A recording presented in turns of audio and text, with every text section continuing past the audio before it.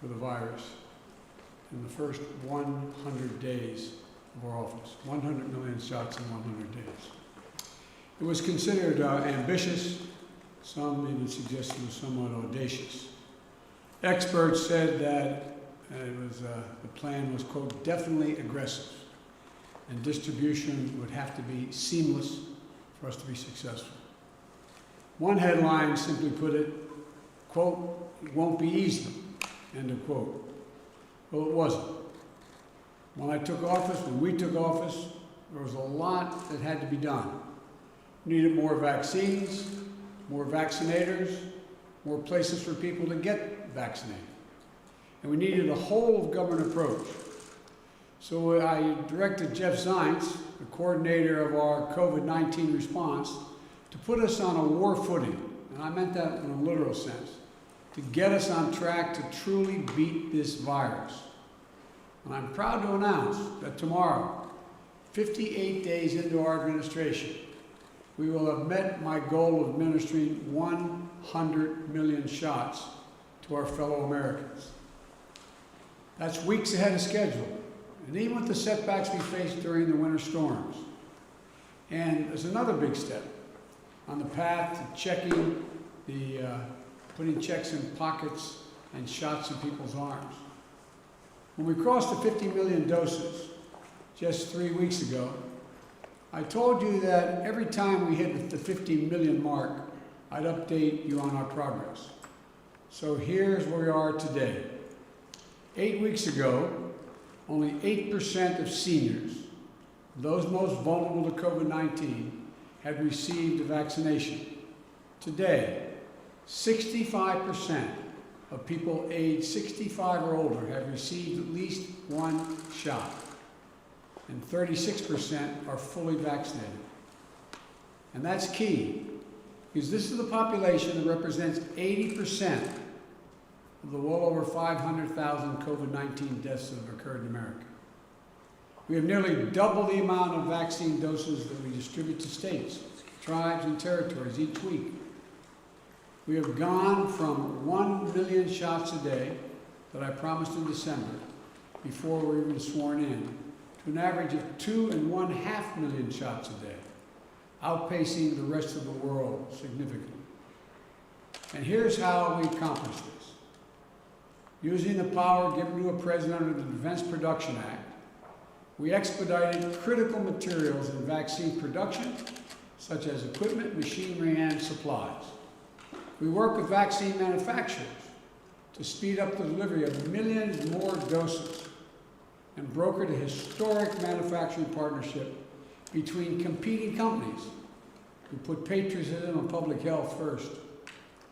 These steps put us on track to have enough vaccine supply for every adult American by the end of May, months earlier than anyone expected. And we stood up or supplied more than 600 community vaccination sites that are administering hundreds of thousands of shots per day. We launched the federal pharmacy program, which has allowed millions of Americans to get a shot at one of 14,000 local pharmacies in this country, the same way they get the flu shot.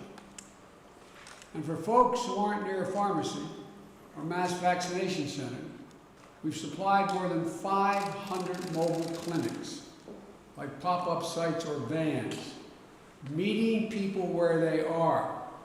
We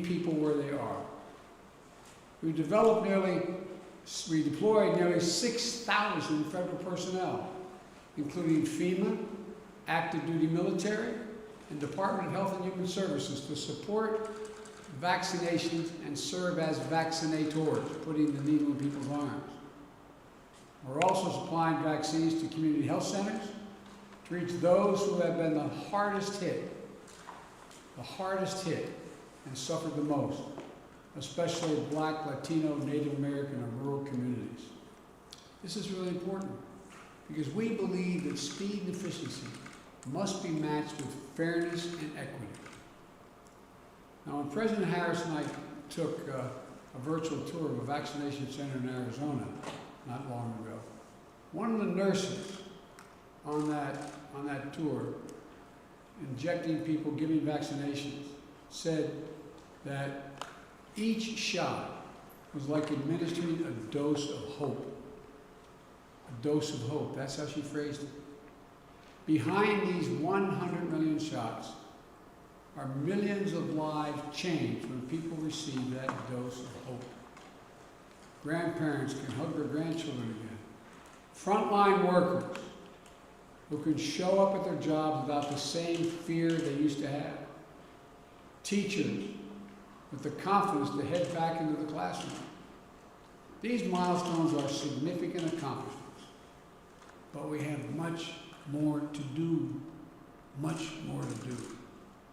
And the American Rescue Plan will help us do it. In addition to the cash payments it provides to you and your families, it also provides the funds to add vaccinators, to supply more community vaccinations, support more community vaccination centers, and increase testing.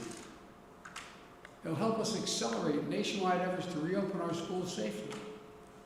And as I told the nation last week, I've directed all states, tribes, and territories to make all adults eligible to be vaccinated no later than May the 1st. I'm glad to see that several states are already taking that step to make more and more Americans eligible, even before May 1st. Tomorrow, we will hit 100 million doses our administration has administered. But I've always said, that's just the floor. We will not stop until we beat this pandemic. Next week, I will announce our next goal, to put shots in arms. This is a time for optimism, but it's not a time for relaxation. I need all Americans, I need all of you to do your part. Wash your hands, stay socially distanced, keep masking up as recommended by the CDC, and get vaccinated when it's your turn. Now's not the time to let down our guard. In the last week, we've seen increases in the number of cases in several states. Scientists have made clear that things may get worse as new variants of this virus spread. Getting vaccinated is the best thing we can do to fight back against these variants. While millions of people are vaccinated, we need millions more to be vaccinated. And again, I need you to get vaccinated when it's your turn and you're able to do that. I need your help. I need you to help. Not just the country, but your family, your friends, your neighbors. Get them vaccinated as well. If we keep our guard up, stick together, and stick with the science, we can look forward to a 4th of July that feels a bit more normal. With small groups able to gather for cookouts in backyards.